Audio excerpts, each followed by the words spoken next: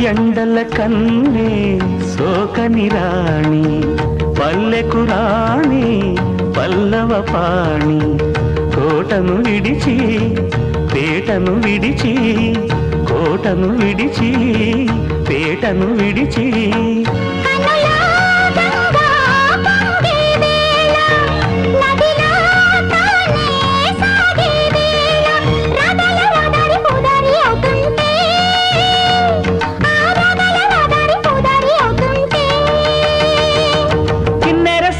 వచ్చిందమ్మా వెన్నెల పైటేసి